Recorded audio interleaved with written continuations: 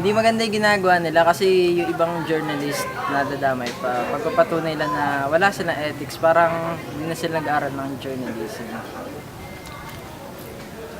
Sila ng mga journalist na nagbibigay ng pangit na imahe ng pamamahayag sa lalawigan. Sa tingin ko yung solusyon dyan ay iwasan ng mga politiko na magbigay sa mga local journalists kasi hindi sila titigil hanggat may nakukuha pa rin sila.